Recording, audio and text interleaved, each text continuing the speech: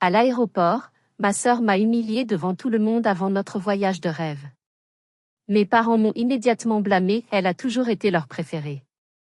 Ce qu'ils ignoraient, c'est que c'est moi qui avais payé tout le séjour.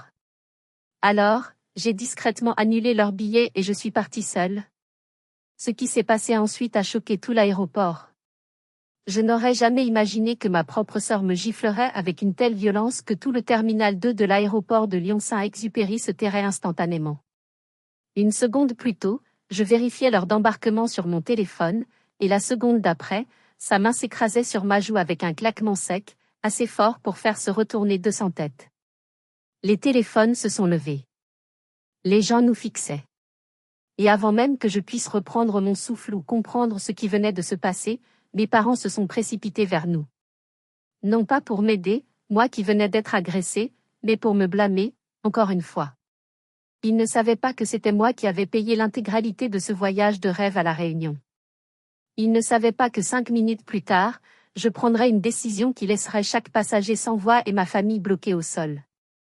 Mais pour comprendre pourquoi j'ai fait ça, pourquoi j'ai commis l'impensable aux yeux d'une famille unie, vous devez comprendre ce qui s'est passé juste avant ce claquement fatidique. Avant de vous raconter comment j'ai orchestré ma vengeance la plus douce et la plus glaciale, j'aimerais savoir qui est avec moi aujourd'hui. Dites-moi dans les commentaires depuis quelle ville ou quel pays vous écoutez cette histoire, et quelle heure il est chez vous. Je lis tous vos messages, et savoir que vous êtes là me donne la force de continuer. Revenons à ce matin-là. Il était 7 heures, l'aéroport bourdonnait de cette énergie nerveuse typique des grands départs en vacances. J'étais là, Floriane, 29 ans, en train de pousser un chariot à bagages qui semblait peser une tonne. Il y avait 4 valises énormes empilées en équilibre précaire. 3 d'entre elles appartenaient à mes parents et à ma sœur.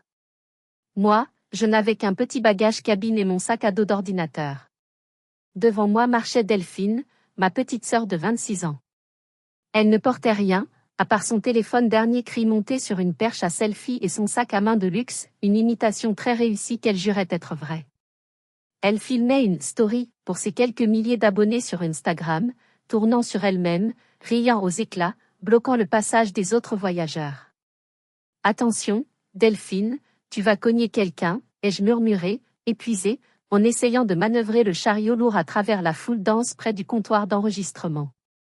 Elle s'est arrêtée brusquement pour vérifier son maquillage dans le retour caméra, et c'est là que c'est arrivé. Le chariot, lourd de ses propres excès vestimentaires, a heurté son talon. Elle a trébuché, et son précieux café brûlant, un grand cappuccino qu'elle tenait négligemment, a volé. Non pas sur elle, mais droit sur moi. Le liquide brûlant a traversé mon chemisier blanc, me brûlant la peau de la poitrine et du ventre. J'ai poussé un cri de douleur, lâchant le chariot. Mais Delphine a crié plus fort. « Tu es malade ou quoi? Regarde ce que tu as fait. Tu as failli abîmer mon sac. C'est un Hermès, espèce d'idiote. » La douleur physique de la brûlure n'était rien comparée au choc de ces mots. J'étais là, le chemisier taché de brun, la peau en feu, et elle s'inquiétait pour une contrefaçon en cuir. J'ai tenté de parler, de dire que c'était elle qui s'était arrêtée, mais avant que je puisse articuler un son, sa main est partie. Clac! Le bruit a résonné comme un coup de fouet. Ma joue a viré au rouge vif instantanément. Le silence qui a suivi était assourdissant. Même les annonces des haut-parleurs semblaient s'être arrêtées. C'est à ce moment précis que mes parents, Jean-Marc et Mireille, sont arrivés en courant depuis le kiosque à journaux. Ils ont vu Delphine, le visage tordu par une fausse rage, et moi, tenant ma joue, trempée de café. « Qu'est-ce que tu as encore fait à ta sœur, Floriane » a aboyé mon père, sa voix résonnant de cette déception familière qui me hantait depuis l'enfance. Il n'a même pas regardé ma brûlure. Il a regardé le sac de Delphine. Ma mère a sorti un mouchoir, non pas pour essuyer mon chemisier, mais pour tamponner les yeux secs de Delphine. « Oh ma chérie, calme-toi, tu vas te faire des rides avant les photos. Floriane est juste maladroite, tu le sais bien. » Je suis restée là, pétrifiée. Les larmes me montaient aux yeux, non pas à cause de la gifle, mais à cause de cette réalisation brutale, même ici, en public, même blessée, j'étais la coupable. J'étais toujours la coupable. « Excuse-toi » a sifflé Delphine, un sourire victorieux à peine dissimulé au coin des lèvres. Excuse-toi de m'avoir fait peur. À cet instant, quelque chose en moi s'est brisé. Pas mon cœur, non. C'était quelque chose de plus solide, comme une chaîne qui rouille depuis trop longtemps et qui cède enfin sous la pression. Mais je n'ai rien dit. Pas encore. J'avais besoin d'un plan. Et ce plan allait naître dans les minutes qui suivaient, transformant leur voyage de rêve en leur pire cauchemar. Pour comprendre pourquoi je n'ai pas hurlé, pourquoi je n'ai pas rendu la gifle sur le champ, il faut remonter un peu en arrière. Il faut comprendre la mécanique tordue de la famille Morrison. Je m'appelle Floriane, et depuis aussi longtemps que je m'en souvienne, on m'a collé l'étiquette de la responsable. La fille sérieuse. Celle qui ne fait pas de vagues. Celle sur qui on peut s'essuyer les pieds avant d'entrer dans la pièce. J'ai 29 ans, je suis contrôleuse de gestion. Mon métier consiste à analyser des chiffres, à trouver des erreurs dans les bilans, à optimiser des budgets. C'est un travail rigoureux, parfois austère, mais qui me rapporte bien. J'ai travaillé dur pour en arriver là. J'ai financé mes propres études en travaillant le soir et les week-ends, pendant que mes parents payaient des écoles d'art privées hors de prix à Delphine, école qu'elle abandonnait systématiquement au bout de 3 mois parce que le professeur ne comprenait pas sa vision. Delphine, elle, a 26 ans. C'est le soleil autour duquel mes parents gravitent. Elle est bruyante, charismatique, capricieuse. Elle se définit comme coach de vie et influenceuse, bien que ses revenus réels soient proches de zéro. Elle vit encore chez mes parents, dans sa chambre d'ado redécorée tous les 6 mois aux frais de mon père, Jean-Marc. Grandir dans cette maison, c'était comme vivre dans une pièce de théâtre dont je n'avais pas le script. Si Delphine cassait un vase, c'était de ma faute parce que je l'avais mal posé. Si elle échouait à un examen, c'était parce que je ne l'avais pas assez aidée à réviser. Je me souviens d'un épisode particulièrement cruel, il y a 4 ans. Notre grand-mère paternelle devait subir une opération des yeux, non remboursée à 100%. Elle avait besoin de 2000 €. J'avais mis cet argent de côté, sou par sou. J'avais laissé l'enveloppe sur la table de la cuisine pour que mon père la donne à grand-mère. Le lendemain, l'enveloppe avait disparu. Et Delphine est rentrée à la maison avec un nouveau sac à main de créateur et une paire de chaussures assorties. Quand j'ai explosé de colère, ma mère, Mireille, m'a prise à part. Floriane, baisse d'un ton, m'avait-elle dit, le visage sévère. Ta sœur traverse une période difficile, elle avait besoin de se remonter le moral. C'est juste de l'argent. Tu en gagneras d'autres. Ne gâche pas l'ambiance pour des bouts de papier. Mais c'était pour les yeux de mamie, avais-je crié. On s'arrangera, avait tranché mon père. En attendant, tu vas dire à ta grand-mère que c'est toi qui as vu un imprévu. On ne veut pas que Delphine passe pour une voleuse auprès de la famille. Tu es l'aîné, prends tes responsabilités. Et je l'ai fait. J'ai menti à ma grand-mère. J'ai pris le blâme. J'ai remboursé l'argent une deuxième fois. Pourquoi? Parce que j'étais conditionnée. J'étais programmée pour croire que l'amour de mes parents était conditionnel, qu'il fallait l'acheter par le silence et le sacrifice. Je pensais que si je donnais assez, si je pardonnais assez, un jour, ils me regarderaient avec la même adoration qu'ils avaient pour Delphine. Quelle idiotie! C'est cette même logique toxique qui m'a amenée à financer ce voyage à La Réunion. Mon père venait de prendre sa retraite anticipée et se plaignait de n'avoir jamais vu les tropiques. Ma mère disait qu'elle avait besoin de repos. Et Delphine? Delphine disait qu'elle avait besoin de contenu pour lancer sa carrière. J'ai donc puisé dans mes économies. 15 000 €. 15 000. C'était l'apport pour mon futur appartement. C'était des années de déjeuner sauté et d'heures supplémentaires. Mais je voulais leur faire plaisir. Je voulais voir mon père sourire et me dire, juste une fois, merci ma fille, je suis fière de toi. J'ai réservé 4 billets Business Flex sur Air France. J'ai réservé 2 suites au luxe Astérisque Saint-Gilles, l'un des plus beaux hôtels de l'île. J'ai loué un SUV confortable. J'ai tout organisé, du transfert aéroport aux réservations de restaurants. Mais le soir où j'ai voulu leur annoncer la nouvelle, le destin, ou plutôt la méchanceté calculée de ma sœur en a décidé autrement. C'était il y a 2 mois. J'avais invité mes parents et Delphine dans un bon restaurant du Vieux-Lyon pour leur annoncer la surprise. J'avais imprimé l'itinéraire, mis des photos de l'hôtel dans une belle pochette. Mon cœur battait la chamade, mélange d'excitation et de nervosité. Au moment du dessert, alors que je m'apprêtais à sortir l'enveloppe de mon sac, Delphine s'est levée brusquement, son verre de vin à la main. Elle portait une robe que je reconnus immédiatement, c'était la mienne, celle que je cherchais depuis 3 semaines. « Famille chérie », a-t-elle lancé avec théâtralité. J'ai une annonce incroyable à faire. Je me suis figée, ma main toujours dans mon sac. Comme vous le savez, ma carrière de coach décolle enfin, a-t-elle menti sans cligner des yeux. Et pour célébrer ça, j'ai décidé de nous offrir à tous un voyage de rêve à l'île de la Réunion. Le temps s'est arrêté. Ma mère a poussé un cri de joie, couvrant sa bouche de ses mains. Mon père a lâché sa fourchette, les yeux brillants. Quoi, ai-je murmuré, abasourdi. Delphine, de quoi tu parles? Elle m'a lancé un regard noir, rapide comme l'éclair, avant de remettre son masque d'ange. Tout est payé. L'hôtel 5 étoiles, les billets business. On part en juin. C'est merveilleux, s'est exclamé mon père en se levant pour l'embrasser. Ma petite fille, tu es incroyable. Je savais que tu réussirais. Quelle générosité!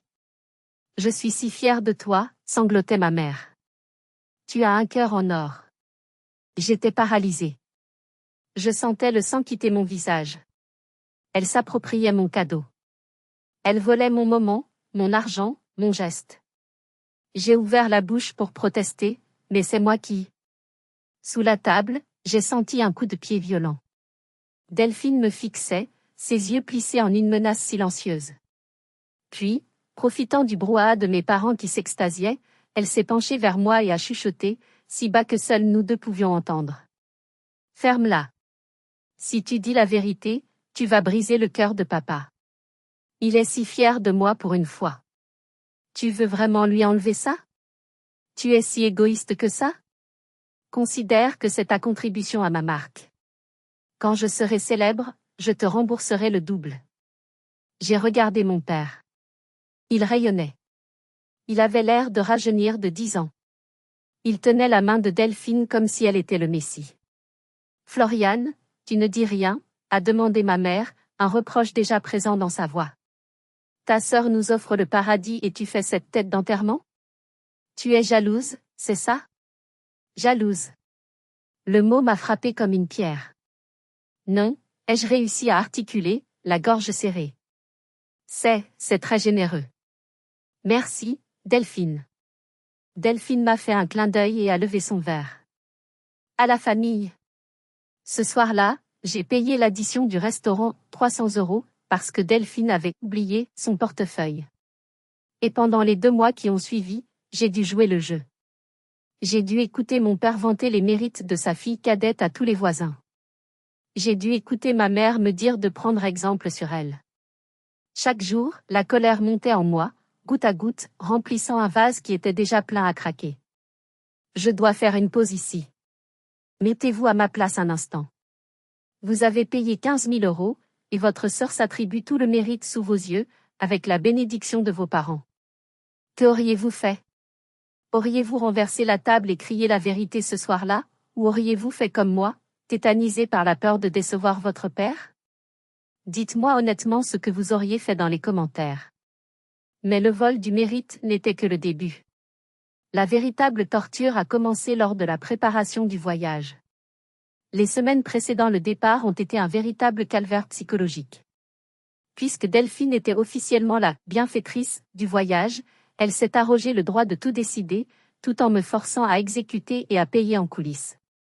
Mon téléphone vibrait sans cesse de ces messages impératifs. Il faut changer l'hôtel, la vue de la chambre standard n'est pas assez instagrammable. Prends la suite océan.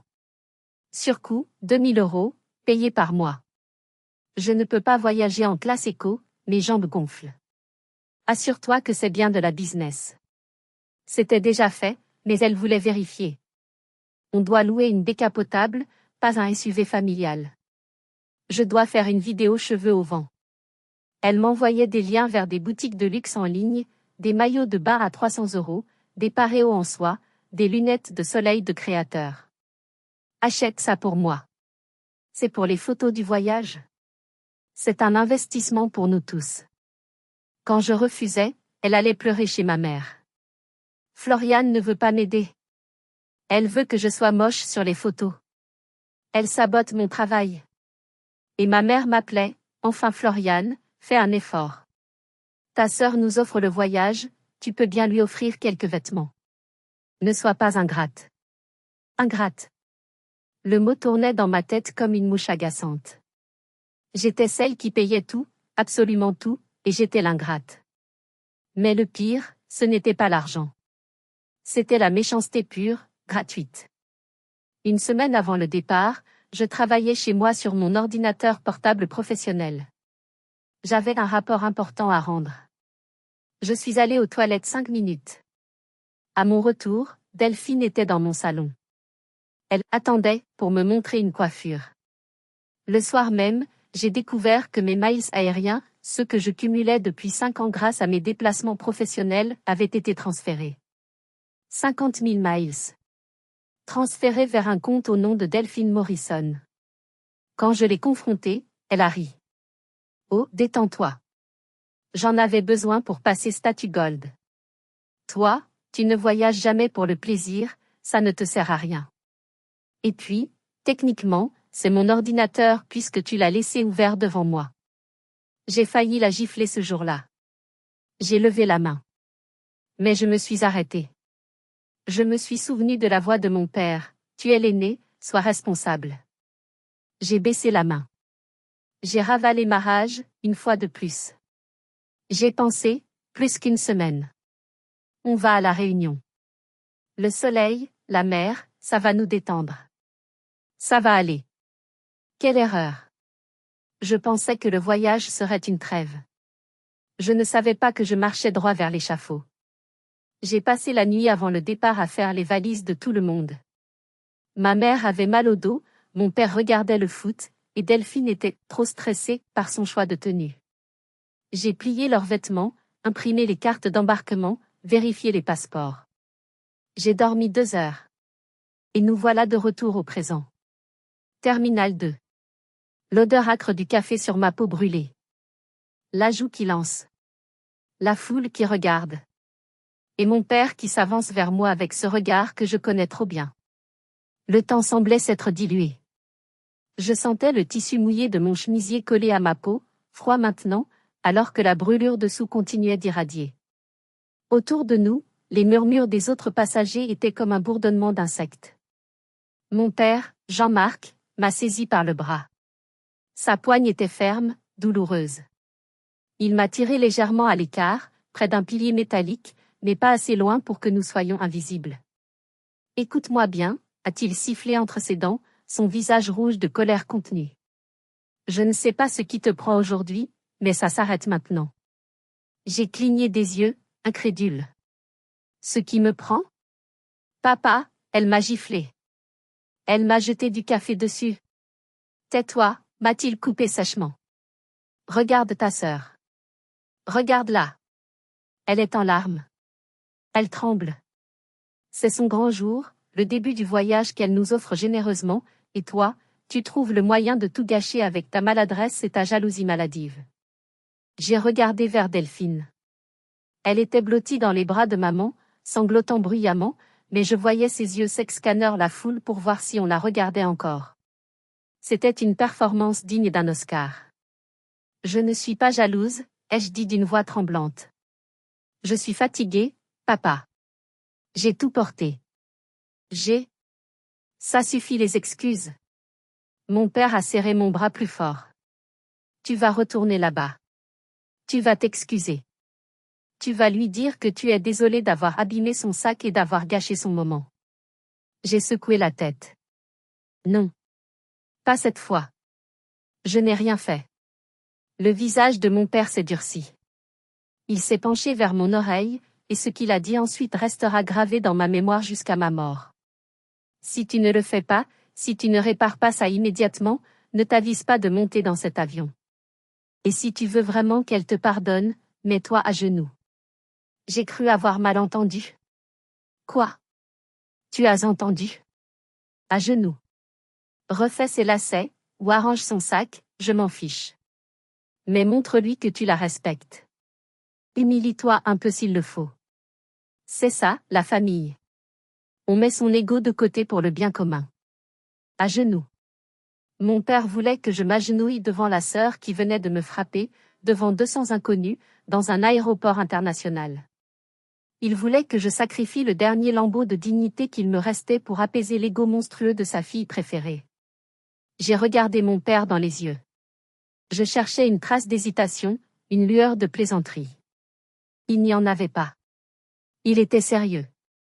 Pour lui, ma dignité était un prix acceptable à payer pour la paix du ménage. À cet instant précis, la douleur de la brûlure a disparu. La douleur de la gifle a disparu.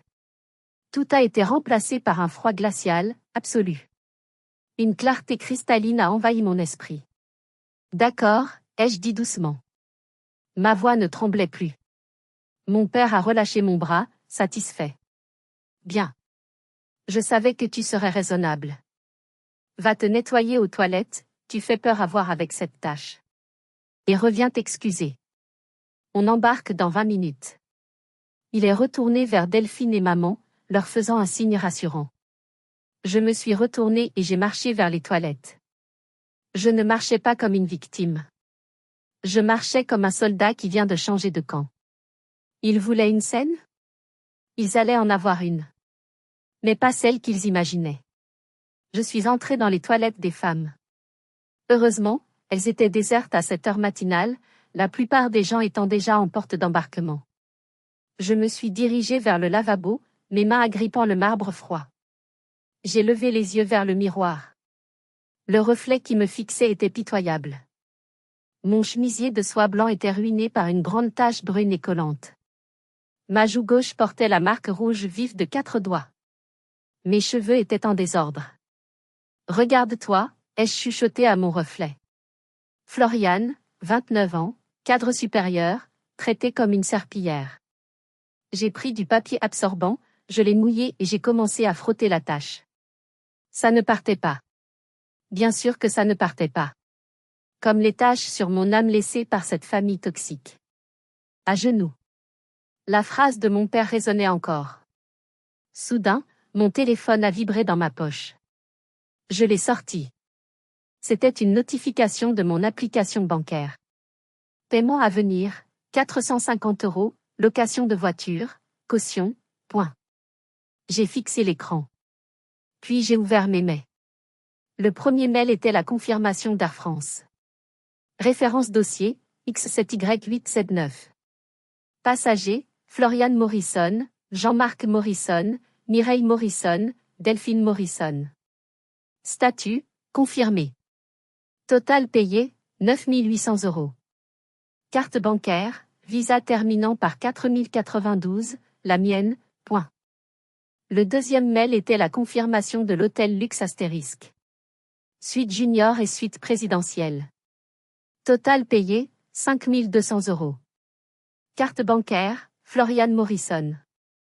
Tout était à mon nom. Chaque centime. Chaque réservation. Mon pouvoir était là, dans ce petit écran rectangulaire.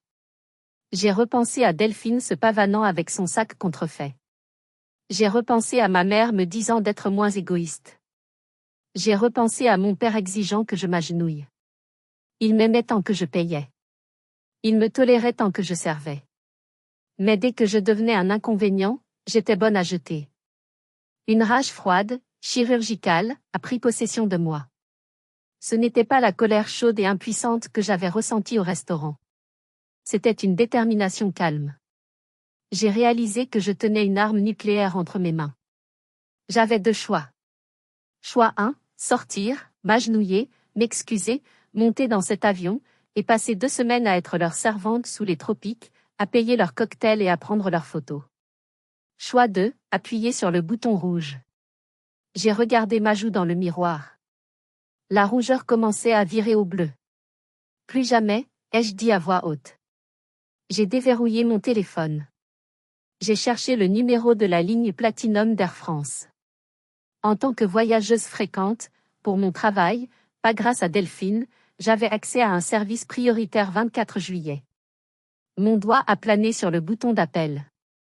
Mon cœur battait si fort que je l'entendais dans mes oreilles. C'était le point de non-retour. Si je faisais ça, je déclarais la guerre. Je perdais ma famille. Mais en y réfléchissant, avais-je vraiment une famille? Ou avais-je juste des parasites qui partageaient mon ADN? J'ai appuyé sur « Appeler ». Service Platinum Air France, bonjour, Sophie à votre écoute. Mademoiselle Morrison, c'est bien vous? La voix de l'opératrice était douce, professionnelle, un contraste saisissant avec les cris stridents de ma sœur quelques minutes plus tôt. Oui, c'est moi, ai-je répondu.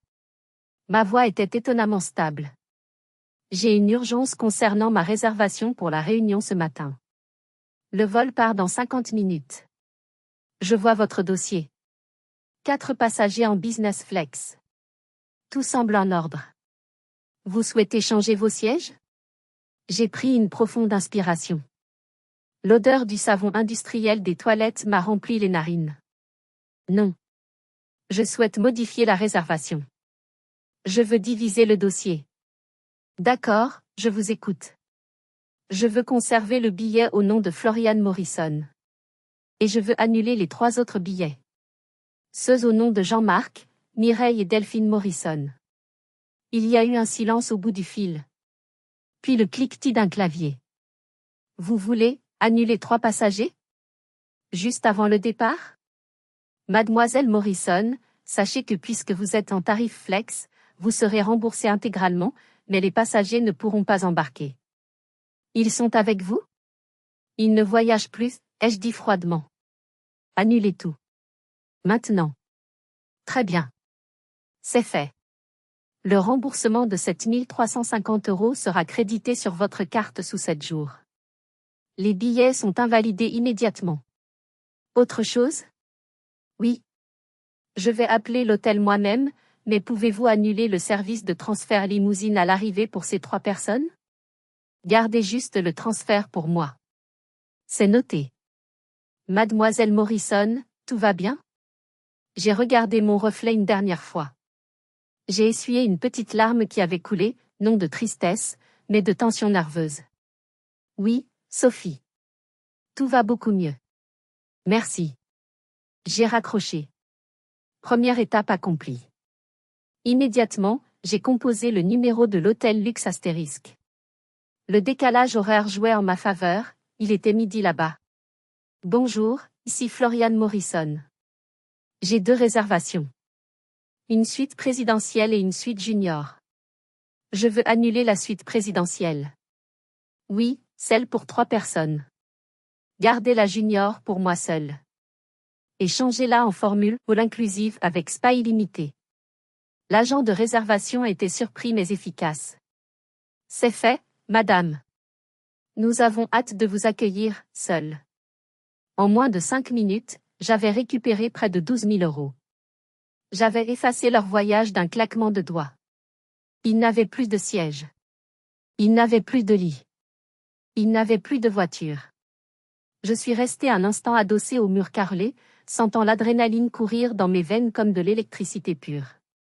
C'était terrifiant. C'était grisant. Pour la première fois de ma vie, je n'étais pas celle qui subissait. J'étais celle qui tenait la hache. J'ai rangé mon téléphone. J'ai passé un peu d'eau fraîche sur mon visage, évitant soigneusement la zone de la gifle pour ne pas effacer la preuve, mais juste assez pour paraître composé. Il était temps de retourner dans l'arène. Il était temps de voir le spectacle. J'ai ouvert la porte des toilettes et je suis sorti dans le hall bruyant du terminal. Le bruit m'a frappé de plein fouet, mais je ne me sentais plus oppressée. Je me sentais légère. Au loin, près de la porte d'accès au contrôle de sécurité, je voyais ma famille. Ils riaient. Delphine faisait une nouvelle pause. Mon père vérifiait sa montre, l'air impatient. Il pensait que j'étais en train de pleurer dans les toilettes, que je me préparais à ramper vers eux pour demander pardon. Ils n'avaient aucune idée que le bourreau marchait droit vers eux. Je marchais vers eux d'un pas lent et mesuré. Chaque mètre parcouru était une seconde de plus où je savourais mon secret. Je les observais comme un scientifique observe des insectes sous un microscope. Delphine avait retrouvé son sourire éclatant. Elle avait rangé ses fausses larmes aussi vite qu'elle les avait sorties. Elle montrait quelque chose sur son téléphone à ma mère, probablement les filtres qu'elle comptait utiliser pour les photos de plage. Ma mère hochait la tête avec adoration, complètement inconsciente que sa valise allait bientôt faire demi-tour. Mon père a été le premier à me voir. Son visage s'est assombri instantanément. Il a croisé les bras, adoptant sa posture de patriarche sévère. Enfin, a-t-il lancé quand je suis arrivée à portée de voix. On a failli appeler la sécurité. Tu as pris ton temps. Alors? Je me suis arrêtée à 2 mètres d'eux. J'ai gardé une distance de sécurité, physique et émotionnelle. Alors quoi, ai-je demandé, le visage impassible. Les excuses, Floriane, cette impatiente Delphine, levant les yeux au ciel. On n'a pas toute la journée. Le salon VIP nous attend, je veux boire du champagne avant le décollage. J'ai regardé ma sœur. Vraiment regardé. J'ai vu la couche épaisse de fond de teint, l'avidité dans ses yeux, le mépris dans la courbure de ses lèvres. J'ai vu une enfant gâtée de 26 ans qui n'avait jamais entendu le mot « non ». J'ai souri. Un sourire petit, froid, qui n'atteignait pas mes yeux. Tu as raison, Delphine. On n'a pas toute la journée. Il est temps d'y aller. Mon père a semblé surpris. Il s'attendait à de la résistance, ou à des larmes. Mon calme l'a déstabilisé. Tu t'es excusé, a-t-il insisté. On en parlera de l'autre côté, ai-je menti avec une fluidité qui m'a surprise moi-même. Il y a trop de monde ici. Passons la sécurité d'abord. Mon père a hésité, puis a hoché la tête, pensant avoir gagné. Bon. Allez. Mais ne crois pas t'en tirer comme ça. Tu feras tes excuses dans l'avion. Oh oui, a ajouté Delphine en attrapant son sac à main. Et tu porteras mon bagage cabine, mon épaule me fait mal à cause du choc tout à l'heure. Elle m'a tendu sa petite valise Louis Vuitton, une autre fausse. D'habitude, j'aurais obéi. J'aurais pris la valise. J'aurais baissé la tête. Mais aujourd'hui, j'ai simplement ignoré sa main tendue. J'ai ajusté mon sac à dos et je me suis dirigée vers les portiques automatiques de sécurité, ceux où l'on scannait soi-même sa carte d'embarquement. Et je te parle, a crié Delphine derrière moi. Avance, Delphine, a dit ma mère. Elle fait sa tête de mule. Laisse-la, elle portera tout à l'arrivée. Je suis arrivée devant le portique numéro 1. J'ai sorti mon téléphone, affiché mon QR code. Je l'ai posé sur le lecteur de verre. Bip. Une lumière verte. Les portes de verre se sont ouvertes doucement. Je suis passée de l'autre côté. Je me suis retournée pour regarder le spectacle. J'étais maintenant dans la zone sécurisée, séparée d'eux par une barrière de verre et de technologie. Delphine s'est avancée vers le portique numéro 2, juste à côté. Elle a sorti son téléphone avec un geste théâtral, comme si scanner un billet était un acte de haute importance. Elle a posé son écran sur le lecteur. J'ai retenu mon souffle. C'était le moment. Bip. Une lumière rouge a clignoté agressivement. Les portes sont restées fermées. L'écran a affiché un message en lettres capitales, accès refusé, titre invalide. Delphine a froncé les sourcils. C'est quoi ce truc? C'est cassé. Elle a réessayé. Bip. Rouge encore. Papa, ça marche pas, a-t-elle geint. Laisse-moi faire, tu ne sais pas t'y prendre, a dit mon père en s'avançant vers le portique numéro 3 avec son propre billet. Il a scanné. Bip. Rouge. Accès refusé. Ma mère a essayé au portique 4. Bip. Rouge. 3 lumières rouges clignotaient en ligne. 3 refus. Leurs visages sont passés de l'agacement à la confusion totale. Un agent de sécurité s'est approché d'eux. Un problème, monsieur? Vos machines sont en panne, a aboyé mon père. Nous avons des billets Business Flex, nous avons payé une fortune. Laissez-nous passer. L'agent a regardé son écran de contrôle. Il a froncé les sourcils. Non monsieur, Les machines fonctionnent. Vos billets, ils apparaissent comme annulés. Annulés, a hurlé Delphine. C'est impossible. C'est mon voyage. Je l'ai offert. De l'autre côté de la vitre, à seulement 2 mètres d'eux, je les regardais. J'ai croisé le regard de Delphine. Et pour la première fois, j'ai vu la peur. Florian, a crié ma mère en me voyant de l'autre côté de la barrière. Florian, dis-leur. Montre-leur ta confirmation. Il y a une erreur informatique. Je me suis approché de la vitre de séparation. Je n'ai pas crié. Je n'ai pas gesticulé. J'ai parlé d'une voix claire, suffisamment forte pour traverser l'espace entre nous. Il n'y a pas d'erreur, maman. Ils se sont tous figés. Le brouhaha de l'aéroport semblait s'estomper autour de notre petit drame familial. Mon père s'est approché de la vitre, le visage collé contre le verre. Qu'est-ce que tu racontes? J'ai sorti mon téléphone et j'ai ouvert le mail d'annulation que j'avais reçu 2 minutes plus tôt. J'ai collé l'écran contre la vitre pour qu'il puisse lire. Annulation confirmée, remboursement en cours, 11 250 €. J'ai annulé vos billets, ai-je dit. Le temps s'est arrêté. La bouche de Delphine s'est ouverte, mais aucun son n'en est sorti. Les yeux de mon père menaçaient de sortir de leurs orbites. Tu as, quoi, a balbutié mon père. J'ai annulé vos billets, ai-je répété, savourant chaque syllabe. Et j'ai annulé l'hôtel. Et la voiture. Mais, pourquoi, a crié Delphine, sa voix montant dans les aigus, attirant encore plus de regards qu'avant. Tu es folle. Tu es jalouse. C'est MON Voyage. C'est moi qui ai payé. J'ai ri. Un rire bref, sec. Ah oui? Tu as payé? J'ai retiré mon téléphone de la vitre et j'ai fait défiler l'écran jusqu'au détail du paiement initial. Alors pourquoi c'est ma carte Visa Premier qui est débitée? Pourquoi c'est mon nom sur la facture? Pourquoi les miles sont sur mon compte? Je me suis tourné vers l'agent de sécurité qui écoutait, fasciné.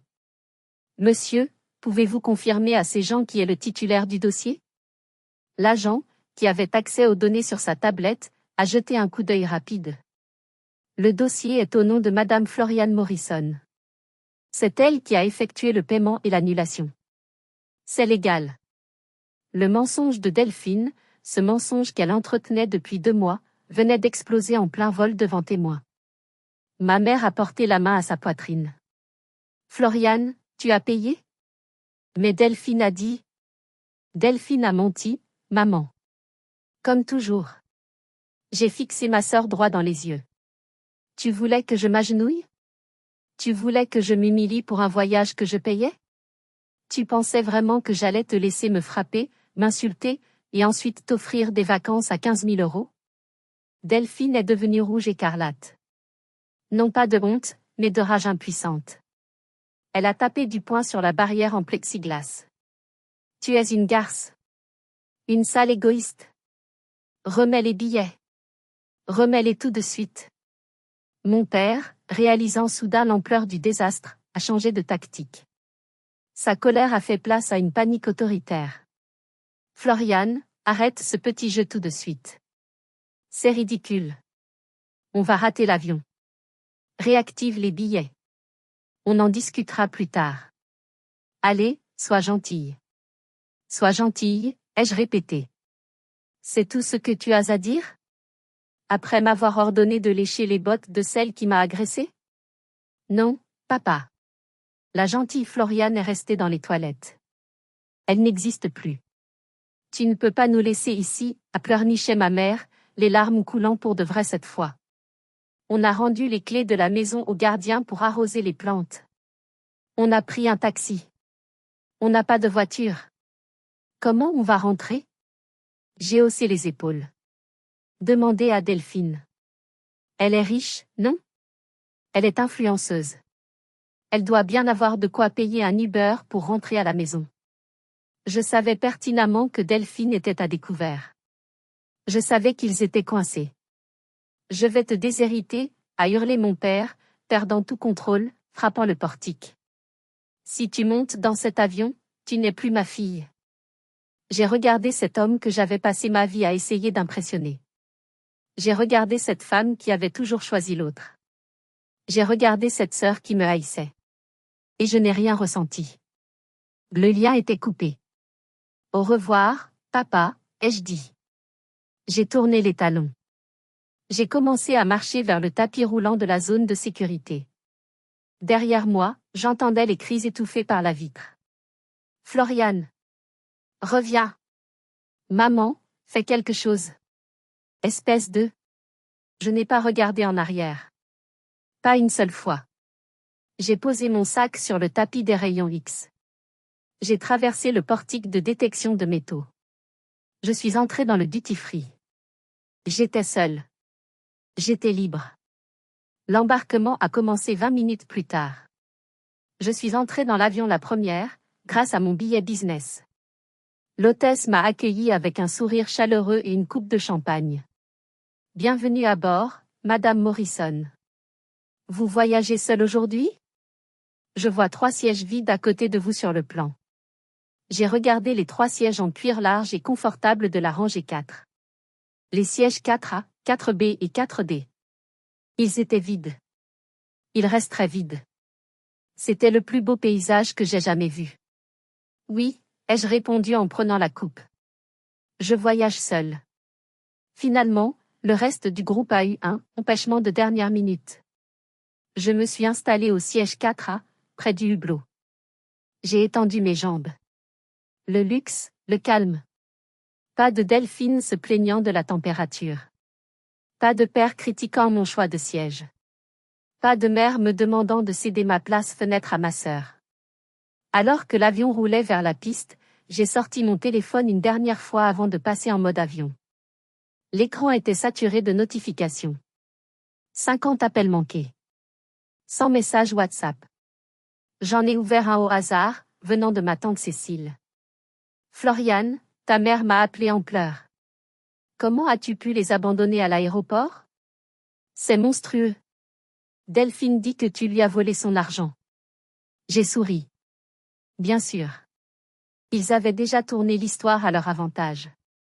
J'ai pris une photo de mes jambes allongées, avec la coupe de champagne et le hublot montrant la piste de décollage. J'ai ajouté une légende simple, mais brutale. En route pour la Réunion. Voyage solo. PS, pour ceux qui s'inquiètent, j'ai annulé les billets que j'avais payés, preuve bancaire à l'appui, parce qu'on m'a giflé et humilié publiquement ce matin. La générosité a des limites, et la mienne a été franchie. Bon courage pour le retour en taxi. J'ai posté ça sur Facebook et Instagram, en taguant toute la famille. Puis, j'ai bloqué tout le monde. Mère, père, sœur, tante, cousin juge. J'ai activé le mode avion au moment où les réacteurs rugissaient. L'avion a accéléré. La pression m'a collé au siège. Et alors que nous quittions le sol gris de Lyon pour percer la couche de nuages et trouver le soleil au-dessus, j'ai senti un poids immense quitter mes épaules. J'ai pleuré un peu, c'est vrai. On ne tue pas 29 ans d'espoir familial sans verser quelques larmes. Mais c'étaient des larmes de soulagement. Des larmes de nettoyage. J'ai dormi 10 heures d'affilée. Le meilleur sommeil de ma vie. L'atterrissage à Saint-Denis de la Réunion a été magique. La verdure luxuriante, l'océan Indien bleu profond, les montagnes volcaniques. Un chauffeur m'attendait avec une pancarte, Mademoiselle Morrison. Pas de famille à traîner. Pas de valise lourde à pousser. L'hôtel luxe astérisque à Saint-Gilles était un rêve. Puisque j'avais annulé la suite présidentielle, l'hôtel m'avait surclassé dans une villa privée avec piscine pour me remercier de ma fidélité, et peut-être parce qu'ils avaient eu pitié de mon histoire, que j'avais brièvement racontée au manager. Pendant 2 semaines, j'ai vécu comme une reine. J'ai fait de la randonnée au Piton de la Fournaise. J'ai nagé dans le lagon de l'Ermitage. J'ai mangé des caries délicieux. J'ai lu 3 livres. Et surtout, j'ai réappris à m'écouter. Qu'est-ce que je voulais manger? À quelle heure je voulais me lever? Pendant ce temps, en France, c'était le chaos. J'ai appris plus tard, par une amie commune, ce qui s'était passé. Coincés à l'aéroport, mes parents et Delphine ont dû attendre 4 heures avant qu'un oncle accepte de venir les chercher, ils n'avaient pas assez d'argent pour le taxi longue distance jusqu'à leur banlieue, et leur carte était bloquée ou maxée. Mais le pire pour Delphine, c'était Internet. Quelqu'un, un inconnu à l'aéroport, avait filmé la scène de la gifle et de ma confrontation au portique. La vidéo avait été postée sur TikTok avec le titre « Karma instantané à l'aéroport de Lyon, une influenceuse gifle sa sœur et se fait annuler ses billets ». La vidéo était devenue virale. Des millions de vues. Dans les commentaires, tout le monde prenait mon parti. Bravo à la sœur. L'audace de cette fille qui gifle et qui veut voyager gratos. Les parents sont horribles. La petite réputation d'influenceuse de Delphine était en ruine. Ses quelques sponsors l'ont lâchée. Elle a dû fermer ses comptes à cause du harcèlement. Elle qui voulait de la célébrité, elle en a eu. Mais pas celle qu'elle voulait. Quant à mes parents, ils ont dû faire face à la honte vis-à-vis des voisins. Tout le monde savait qu'ils n'étaient pas partis. Tout le monde savait pourquoi. Le mensonge du « voyage offert par Delphine » s'est effondré publiquement. Moi, sur ma plage de sable blanc, je sirotais un cocktail en regardant le coucher de soleil, et pour la première fois, je ne me sentais pas coupable. Je me sentais juste, à ma place. Je suis rentrée en France bronzée, reposée et changée. Je ne suis pas retournée chez mes parents, même pas pour récupérer le reste de mes affaires. J'ai envoyé une entreprise de déménagement avec une procuration.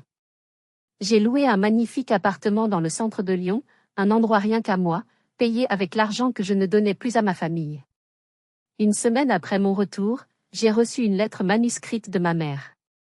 Elle disait qu'ils me pardonnaient mon coup de folie et qu'ils étaient prêts à m'accueillir pour le déjeuner du dimanche si je présentais des excuses à Delphine pour la vidéo virale. Elle disait que Delphine était en dépression à cause de moi. J'ai lu la lettre. J'ai ri. Et je l'ai mise à la poubelle. J'ai répondu par le biais d'un avocat.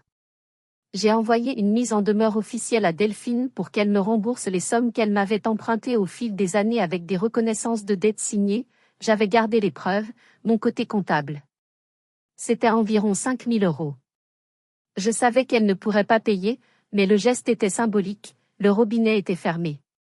Aujourd'hui, 6 mois plus tard, je n'ai presque plus de contact avec eux. Je sais que c'est dur.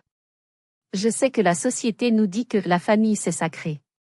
Mais j'ai appris une leçon vitale sur ce terminal d'aéroport, le respect est plus sacré que le sang. Je vois toujours un thérapeute pour travailler sur ma culpabilité résiduelle, mais chaque jour est une victoire. J'ai rencontré quelqu'un, un homme qui m'aime pour qui je suis, pas pour ce que je paie. C'est la fin de mon histoire, mais c'est le début de ma nouvelle vie. J'espère que mon expérience vous donnera le courage de poser vos propres limites. Si vous avez aimé cette histoire, s'il vous plaît, laissez un j'aime et abonnez-vous à la chaîne. Et surtout, dites-moi dans les commentaires, avez-vous déjà dû couper les ponts avec un membre toxique de votre famille? Votre témoignage pourrait aider quelqu'un d'autre à se sentir moins seul. Parfois, il faut accepter d'être le méchant dans l'histoire de quelqu'un d'autre pour devenir le héros de sa propre vie. Si votre sœur vous gifle, ne tendez pas l'autre joue. Annulez son billet. Et envolez-vous. Merci de m'avoir écouté. Prenez soin de vous, et ne laissez personne vous traiter comme une option quand vous êtes une priorité.